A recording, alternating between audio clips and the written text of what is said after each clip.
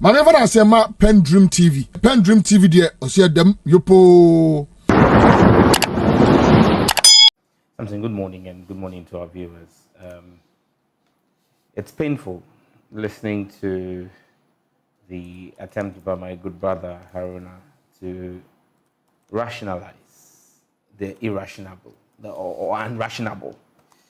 I mean, you look at when the call, and the 466 days, I believe, is from when the members of parliament started asking for Ken to be taken out.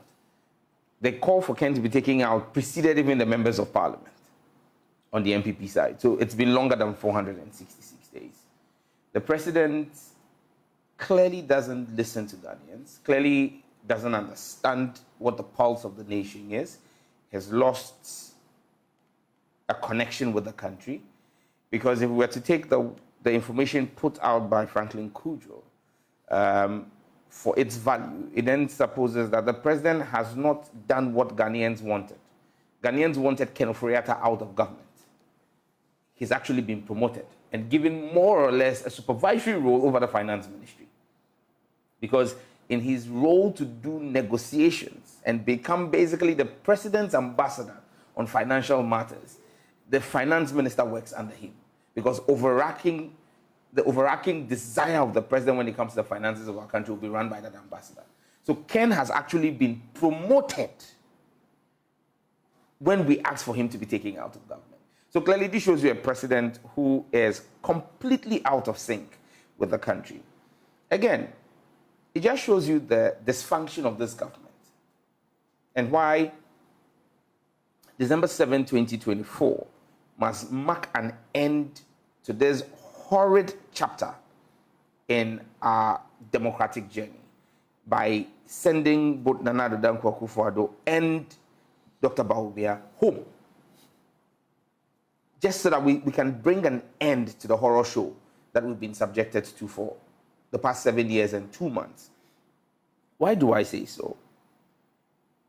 President Akufo-Addo outdoored Dr. Bawumia against the will of many stalwarts of the NPP on the basis of one thing, his economic prowess, and the fact that this was someone he trusted to be able to effect and govern with him the changes that they promised Ghanaians.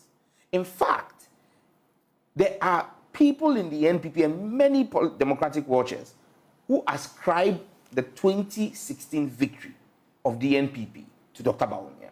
In fact, the NPP as a political party has acknowledged that Dr. Bawumia's effect and role in governance, in policy issues, his lectures, his credibility, the way he was sold to Ghanaians, was a key factor why Ghanaians believed that Nana Addo should be given a chance, not because of Nana Addo, but because they believed that Nana Addo was going to benefit from what Dr. Bawumia brought to the table. Now, if Dr. Bawumia, in his great speech, dubbed the next chapter, says that, in his opinion, the way to govern this country and govern it effectively is with 50 ministers. First and foremost, it raises a credibility question on Dr. Bawumia because he's part of a government and we have not heard him speak. Well, I haven't. I don't know if you have, Samson, but I have not heard Dr. Bawumia speak openly to condemn the 126 or distance himself from the decision to have 126 ministers in the first term of their government. Or whether he did same with 86. I have absolutely no evidence that suggests that Dr. Bawumia even remotely suggested his discomfort at it. In fact, in the 86, you have people who have ascribed their appointments to Dr. Bawumia, relationship with Dr. Bawumia. And the word on the street is my very good friend and big brother Amin Anta has been made Minister for Finance because he's Bawumia's right-hand man who needs to work on a transition for them. So you realize that even among the 86, several persons, my brother Hassan Tampuli and all, I mean, because of their relationship, have been brought into ministerial portfolios. So he now telling us 50 will work the magic raises a question of even a credibility deficit on his part. But then even a bigger credibility deficit is the man who came to government or was voted for by Ghanaians because Ghanaians believed he would rely on Bawumia's advice We are now being told by Haruna that Bawumia cannot insist, he can only assist. Fantastic punchline or sloganeering by the NPP. Haruna, you guys need to teach us how you come up with these catchy phrases. He can only assist and not insist. Well, we were told that he was coming to assist. It means that even in his assistance role, Nanado no longer has trust for Bawumia's opinion. Nanado no longer takes Bawumia's opinion as credible enough to even give it a chance to implement. Nanado no longer trusts the ability and decision-making of Dr. Bawumia because, look, and in the past 3 weeks, Samson, we've seen enough evidence to tell the Ghanaian people that Dr. Bawumia is not a choice for Ghanaians. Why? Because even the sitting president, who brought him on because he trusted his ability, has realized that Dr. Bawumia's opinions no longer matter. E-levy.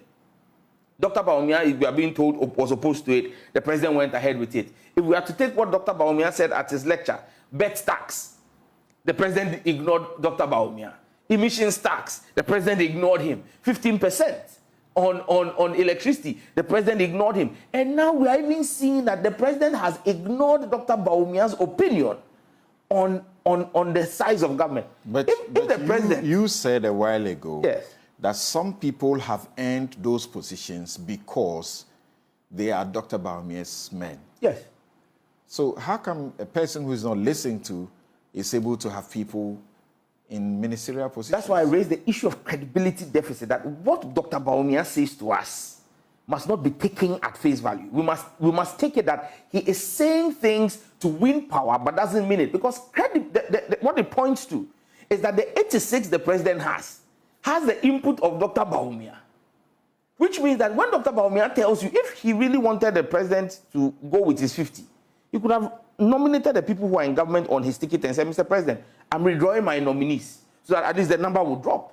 But that is where the credibility of Dr. Bawumia is called into question, that you can't really trust him. And something, the last point I want to make is that President Akufo-Addo has shown us with this reshuffle that he doesn't care. He's checked out of the country. And the NPP is clear. It's clear in the minds of the NPP. The president no longer, he's unconcerned about whatever the challenges of Ghana are. This reshuffle is not for the governance of our country. For the next 10 months, the president is telling us that, look, the country is going to be on autopilot. It is for the political survival of the NPP. He's picked people who have lost elections. Some of these are ministers who, and look, something, you understand this democratic process. When a minister is appointed to an office, even if you are a subject area expert, it takes you at least 6 months to settle in and understand the bureaucracy and get a grasp of it.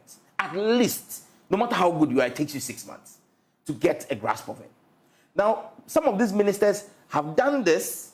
They came in at the beginning of 2021. They've now settled in and begun. They're going to lose an election. They've lost their internal primaries.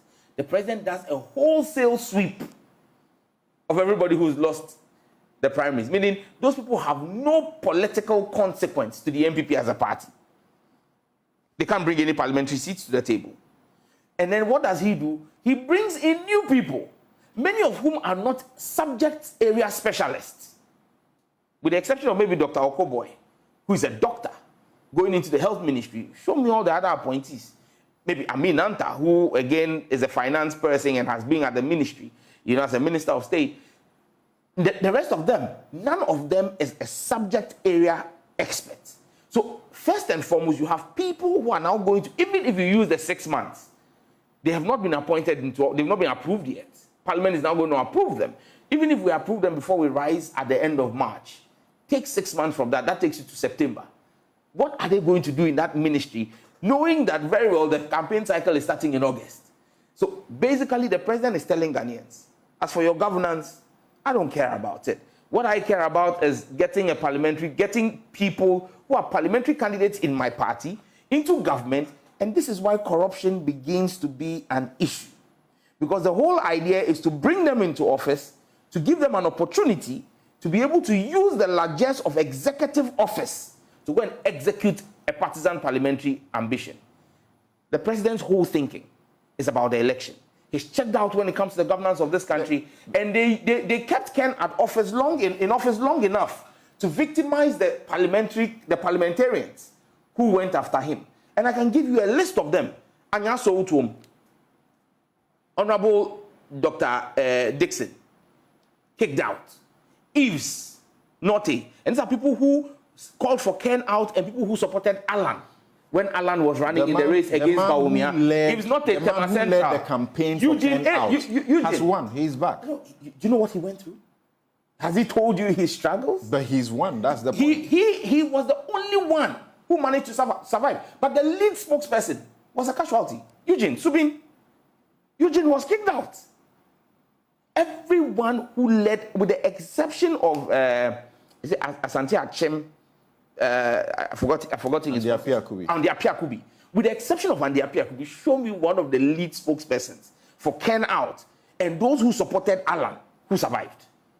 Every single one. So Ken was left there to go. Ken was involved. My ranking member. Sylvester Tete. My own cousin. Alan. My own cousin, yes.